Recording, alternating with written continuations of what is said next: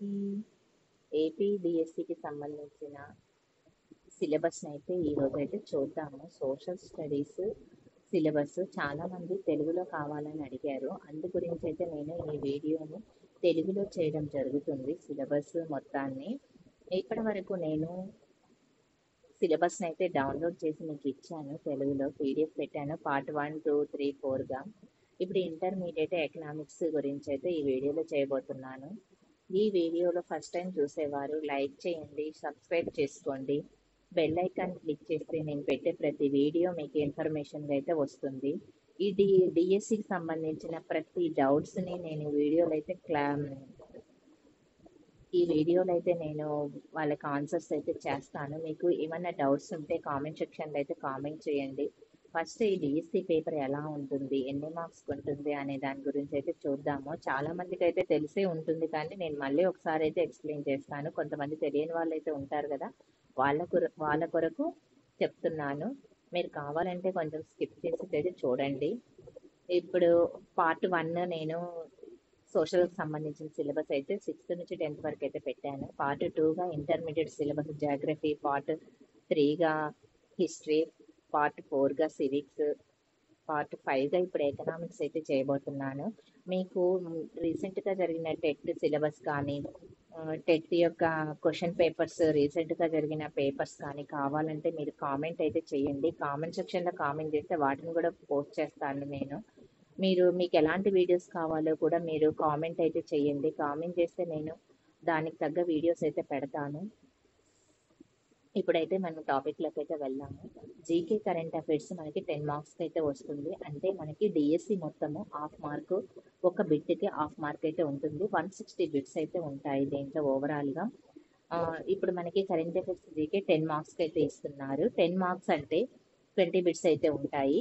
విద్యలో దృక్కోణాలు 10 marks, 5 marks 10 bits అయితే ఉంటాయి. సైకాలజీలో కూడా 10 బిట్స్ అయితే ఉంటాయి 5 మార్క్స్కి. కంటెంట్ ఎక్కువగా 40 మార్క్స్కి ఉంటుంది, 80 బిట్స్ అయితే ఉంటాయి. మెథడాలజీలోనేమో 20 మార్క్స్ ఇస్తారు, 40 బిట్స్ అయితే ఉంటాయి. మొత్తం 80 మార్క్స్కి ఉంటుంది డిఎస్సి 80 మార్క్స్కి ఉంటుంది. 160 బిట్స్ అయితే ఉంటాయి. ప్రతి బిట్కి అయితే హాఫ్ మార్క్ అయితే ఉంటుంది. మిగతా 20 మార్క్స్ ఏమో టెట్ వెయిటేజ్ తీసి దీంట్లో కలిపి మనకి డిఎస్సి రిజల్ట్ని అయితే ర్యాంక్ వైజ్గా మనకి ఇవ్వడం జరుగుతుంది.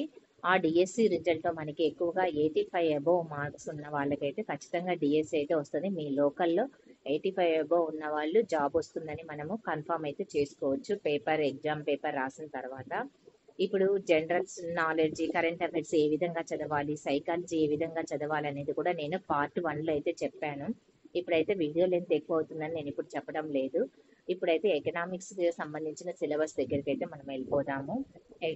మీరు ఎక్కువగా ఇప్పుడు డిఎస్సికి ఎలా ప్రిపేర్ అవ్వాలంటే మనం 6th క్లాస్ నుంచి 10th క్లాస్ వరకు ఉన్న సిలబస్ని అయితే మొత్తం మరి మీరు చదవాల్సి అయితే ఉంటుంది. వీటనైతే టాపిక్ వైజ్గా మీరు టెక్స్ట్ బుక్స్ అయితే గవర్నమెంట్ టెక్స్ట్ బుక్స్ ఉన్నాయి కదా, అకాడమిక్ బుక్స్ అయితే మీరు కొనుక్కొని వాటిలో మీరు ఈ సిలబస్ని అయితే అండర్లైన్ చేసుకొని ఆ టాపిక్స్ని చదవండి. ఈ సిలబస్లో ఏ టాపిక్ ఉందో ఆ టాపిక్ నుంచే మనకైతే బిట్స్ అయితే వస్తాయి. మనకి ఎక్కువగా ఏవి అంటే ఎకనామిక్స్ నుంచి అయితే 20% వస్తుంది.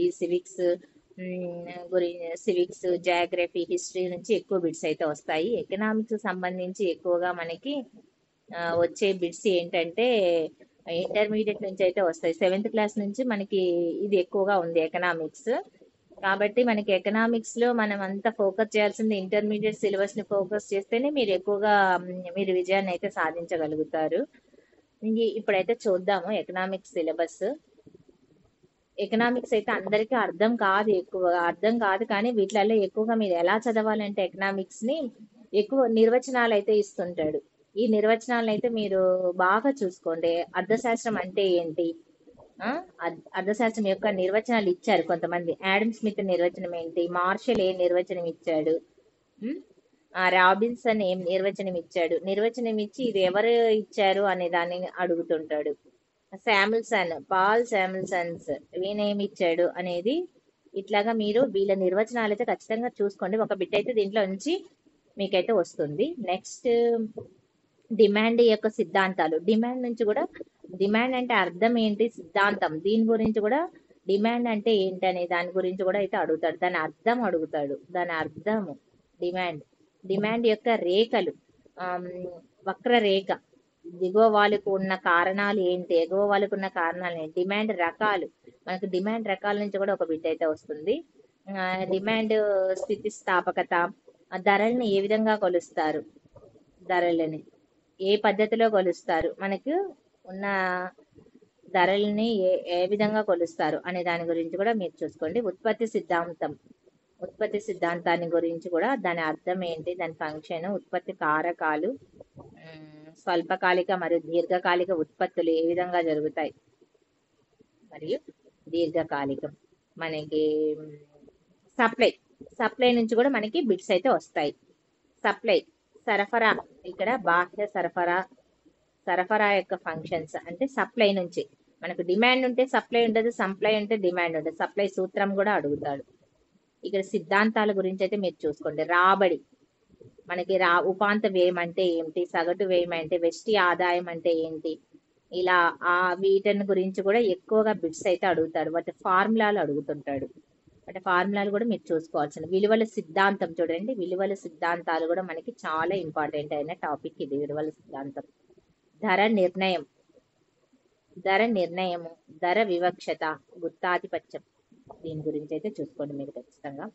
ఉపాంత ఉత్పాదకత సిద్ధాంతాలు, ఉపాంత ఉత్పాదకత అంటే ఏంటి, ఈ సిద్ధాంతాల గురించి చూసుకోండి.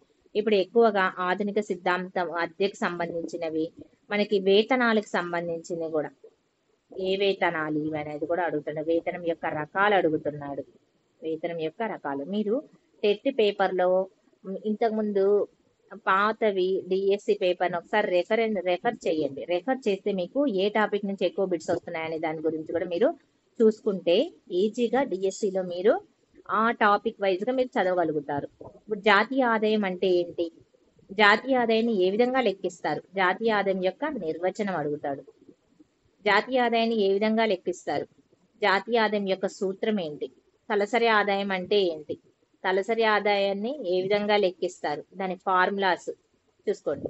ఇక్కడ కేయిన్స్ ఎఫెక్ట్ అంటే ఏంటి, సూక్ష్మ అర్థశాస్త్రము, స్థూల అర్థశాస్త్రము ఇవి ఉన్నాయి కదండి, వాటి గురించి అయితే ఖచ్చితంగా నేర్చుకోండి.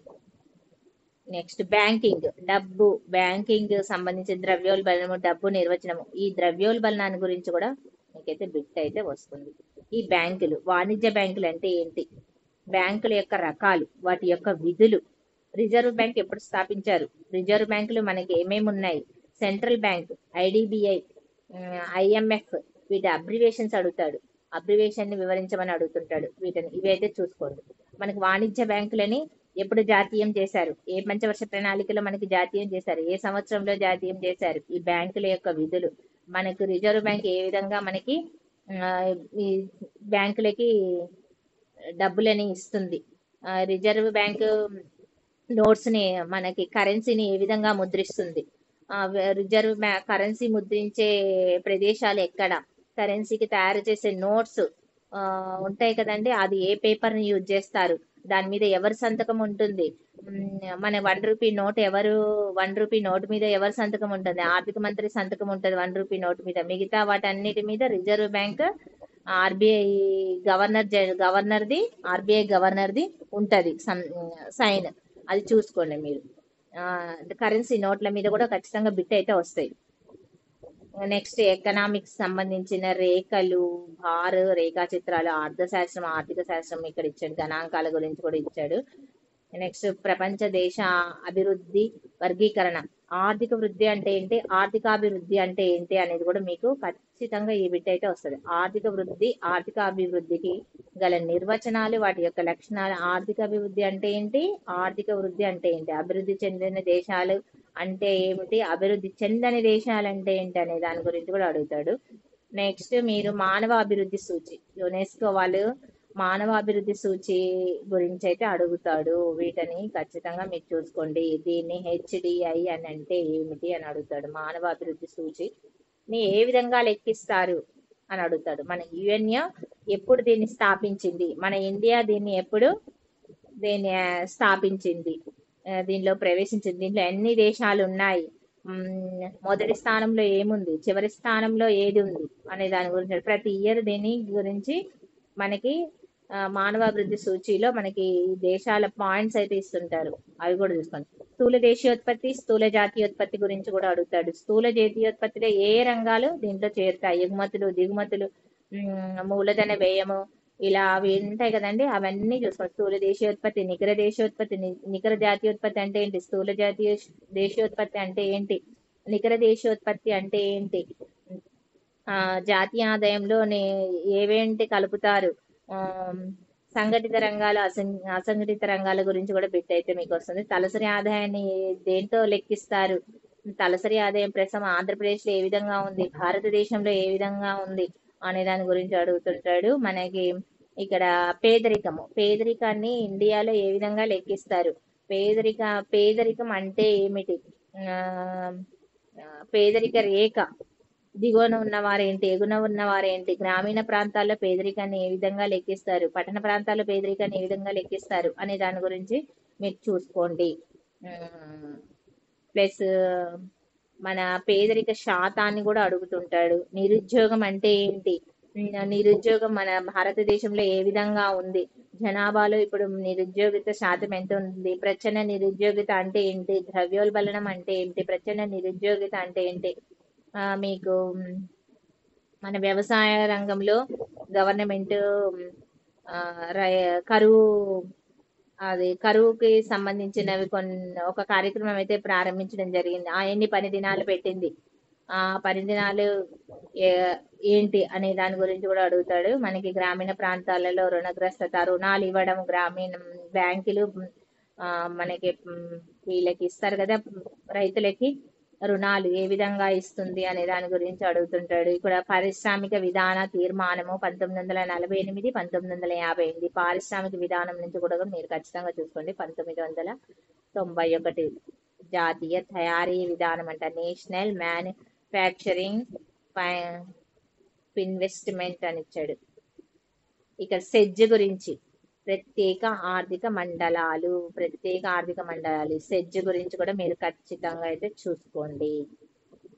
ప్రత్యక్ష పెట్టుబడులు, భారత పారిశ్రామిక విధానం, చిన్న స్థాయి పరిశ్రమలు, పంచవర్ష ప్రణాళికల గురించి అయితే చూసుకోండి. ఫస్ట్ నుంచి మనకి స్వతంత్రం వచ్చినప్పుడు పంచవర్ష ప్రణాళికలను ఎప్పుడు ప్రారంభించారు, దాని అధ్యక్షులు ఎవరు, దానికి ఉన్నటువంటి మిగతా అధ్యక్షులను ఎవరు ఎన్నుకుంటారు అనే దాని గురించి. పంచవర్ష ప్రణాళికలో మనకి ఏమేమి, ఒక్కొక్క ప్రణాళికలో ఒక్కొక్క రంగానికి మనకి ప్రాధాన్యతనిచ్చారు, కొన్ని పరిశ్రమలు స్థాపించారు. వాళ్ళు మన భారతదేశాన్ని ఈ 5 సంవత్సరాల్లో ఏ విధంగా అభివృద్ధి చెందాలి, ఏ రంగాల్ని అభివృద్ధి, పేదరికాన్ని నిర్మూలించడానికి ఒక ప్రణాళిక, వ్యవసాయ రంగాన్ని అభివృద్ధి చేయడానికి ఒక ప్రణాళిక. ఫస్ట్ ప్రణాళికలో వ్యవసాయ రంగానికి ఇచ్చారు, వాటి థీమ్స్ అడుగుతాడు, ఏ ప్రణాళికలో ఏ థీమ్స్ అనేది, సమ్మిళిత అభివృద్ధి ఏ ప్రణాళికలో చేశారు, ఈ ప్రణాళికను 5వ పంచవర్ష ప్రణాళికలో ఎవరు ప్రధానమంత్రిగా ఉన్నారు అనే దాని గురించి కూడా అడుగుతుంటాడు. ఇప్పుడు 12వ పంచవర్ష ప్రణాళికను చూసుకోండి మీరు బాగా, ఇక్కడైతే ఇచ్చాడు. ఇప్పుడు ఈ ప్రణాళిక స్థానంలో దీనికి పేరు మార్చి నీతి ఆయోగ్ అని మనకి మోదీ గారు పేరు మార్చడం జరిగింది. నీతి ఆయోగ్ అంటే ఏంటి, దాన్ని స్థాపించింది, దాని CEO ఎవరు అనే దాని గురించి అడుగుతాడు. ఇక రంగాలు మనకి ప్రాథమిక రంగము, ద్వితీయ రంగం, తృతీయ రంగం అని ఉన్నాయి. ఈ రంగాల నుంచి కూడా మనకి బిట్ అయితే అడుగుతాడు. ఈ ప్రాథమిక రంగంలో ఏ రంగాలు వస్తాయి, వ్యవసాయ రంగం ప్రాథమిక రంగం కిందకు వస్తుంది, ద్వితీయ రంగం అంటే మనకి పారిశ్రామిక రంగం ద్వితీయ రంగం కిందకు వస్తాయి, తృతీయ రంగం అంటే సేవా రంగం. ఈ సేవా రంగంలో అందరూ సేవ చేసే వాళ్ళు ఎక్కువగా ఉంటారు, డాక్టర్స్, టీచర్స్, ఇలాగా వీళ్ళందరూ సేవ చేస్తారు, వీళ్ళు ద్వితీయ రంగానికి వస్తాయి. ఏ రంగం ఎక్కువగా అభివృద్ధి చెందింది అనే దాని గురించి కూడా మీరైతే చూసుకోండి. నెక్స్ట్ పర్యావరణానికి సంబంధించి ఆర్థిక అభివృద్ధి, పర్యావరణము, ఆర్థిక వ్యవస్థ మధ్య సామరస్యత, పర్యావరణము ఆర్థిక వ్యవస్థ మధ్య సామరస్యత అని ఇచ్చాడు. ఇక్కడ చూసారా, ఇదైతే చూసుకోండి. నెక్స్ట్ ఆంధ్రప్రదేశ్ సంబంధించిన శ్రామిక వృత్తి పంపిణీ, ఆరోగ్య విద్య, ఇలా ఈ ఆంధ్రప్రదేశ్ సంబంధించినవి కూడా మీరు చూసుకోవాల్సి ఉంటుంది. ఇక్కడ వరకు అయితే ఈ ఆంధ్రప్రదేశ్ యొక్క సంక్షేమ కార్యక్రమాలంట. ఆంధ్రప్రదేశ్ లో మన సంక్షేమానికి సంబంధించి ఏ కార్యక్రమాలు ప్రవేశపెట్టడం జరిగింది, ఆ సంక్షేమ కార్యక్రమాల నుంచి ఫండ్ ఎక్కడి నుంచి వస్తుంది, ఎంత శాతం గవర్నమెంట్ ఇస్తుంది, మన ఆంధ్రప్రదేశ్ ఎంత శాతం దానికి వెచ్చిస్తుంది, ఎంత శాతము సెంట్రల్ గవర్నమెంట్ మనకి ఇస్తుంది అనే దాని గురించి అయితే మీరు చూసుకోండి. ఎక్కువగా వ్యవసాయానికి సంబంధించి ఎంత చేస్తున్నారు, పారిశ్రామిక రంగానికి ఎంత చేస్తున్నారు, సేవా రంగానికి ఎంత చేస్తున్నారు, మనం ఇప్పుడు ఏ రంగం ఎక్కువగా అభివృద్ధి చెంది ఉంది అనే దాని గురించి అయితే చూసుకోండి. సరాసరి లోపాలు, వేరియేషన్స్, కొలమానాలు, అధ్యయనం చేసే పద్ధతులు, సరాసరి లోపాల కోసం వైవిధ్య కొలతలు, వెయిటేజ్ అగ్రిగేషన్స్ పద్ధతులు, ఇవన్నీ మీరు ఇంటర్మీడియట్ లో ఉన్నాయి. ఈ బుక్ అయితే మీరైతే intermediate first year second year 2 years అయితే మీరు చదువుకోవాల్సి ఉంటుంది. ఈ బుక్స్ అయితే మీరు కంపల్సరీగా మీరు తీసుకొని అయితే దీన్ని అయితే రెఫర్ చేయండి. ఈ సిలబస్ ని అయితే అండర్లైన్ చేసుకోండి. ఈ సిలబస్ ని పీడిఎఫ్ గా కూడా మీరు తీసి పెట్టుకొని దీనిలో ఉన్న టాపిక్స్ అయితే చదువుకొని మీరు డిఎస్సిని అయితే సాధిస్తారని నేను కోరుకుంటున్నాను మనస్ఫూర్తిగా. ఇంతటితో అయితే ఈ వీడియోని అయితే ఎండ్ చేయాలనుకుంటున్నాను. మరి ఒకసారి చెప్తున్నాను, ఇంతవరకు నేను ఈ వీడియోలో ఉన్న సమాచారాన్ని అయితే మీకు ఎకనామిక్స్ సంబంధించిన సిలబస్ అయితే మీకు ఎక్స్ప్లెయిన్ చేశాను. మీకు ఈ వీడియో ఉపయోగపడిందంటే ప్రతి ఒక్కరూ దీన్ని అయితే లైక్ చేయండి. ఫస్ట్ లైక్ చేసి సబ్స్క్రైబ్ అయితే చేసుకోండి ప్లీజ్. నా ఛానల్ని మీరు లైక్ చేస్తే కొంచెం మోటివేటెడ్గా ఉంటుంది. నేను మళ్ళీ చెప్తున్నాను, మీకు ఎలాంటి వీడియోస్ కావాలో నాకు కామెంట్ సెక్షన్లో కామెంట్ చేయండి. కనీసం మీరు థమ్ సింబల్ అన్నా పెట్టండి కామెంట్లో. మీరు చూస్తున్నారు, నాకు ఇంతమంది వ్యూవర్స్ వచ్చారు, చూశారు అనే ఒకటి అయితే తెలుస్తుంది. మీరు కామెంట్ చేస్తేనే కదా నాకు వీడియో చూస్తున్నారని తెలుస్తుంది. ఎవరు చూస్తున్నారు ఏంటి అనేది నాకు తెలియాలంటే మీరు ఒక లైక్ చేయడము, కామెంట్ చేస్తే నాకు కామెంట్ చూసి నాకు కామెంట్స్ వస్తున్నాయి, నా వీడియోస్ని చూస్తున్నారు అనేది ఒక మోటివేషన్ లాగా ఉంటుంది. మీకు కొంచెం టెట్కి సంబంధించిన సిలబస్ కావాలన్నా, ఎవరికైతే టెట్ మళ్ళీ స్కోర్ పెంచుకోవాలంటే మళ్ళీ టెట్ రాస్తారు కదా, వాళ్ళకి న్యూ సిలబస్ కావాలంటే మీరు చెప్పండి. కామెంట్ చేస్తే నేను న్యూ సిలబస్ పెట్టడానికి నేను ట్రై చేస్తాను. ప్లస్ మోడల్ పేపర్ రీసెంట్గా జరిగిన టెట్ క్వశ్చన్ పేపర్స్ని కూడా నేను అప్లోడ్ చేద్దాం అనుకుంటున్నాను. మీరు టెట్ పేపర్స్ కావాలంటే గిన మీరు చెప్పండి. సోషల్కి సంబంధించిన, తెలుగు సంబంధించిన ఏ సబ్జెక్ట్కి సంబంధించిన సిలబస్ని అయితే నేను అప్లోడ్ అయితే చేస్తాను. చాలా మంది సిలబస్ ఇంగ్లీష్లో ఉంటుంది, చాలా మందికి అర్థం కావట్లేదు. మీకైతే నేను తెలుగులో నీకు క్లియర్గా అది ఎలా ఉందో దీంట్లో తెలుగులోకి నేను ట్రాన్స్లేట్ చేసి మీకైతే అందిస్తాను. థ్యాంక్ యూ అండి ఇంతవరకు ఈ వీడియో చూసినందుకు. వన్స్ అగైన్ సబ్స్క్రైబ్ చేసుకోండి, లైక్ చేయండి. Thank you. నెక్స్ట్ వీడియోలో అయితే కలుసుకుందాము.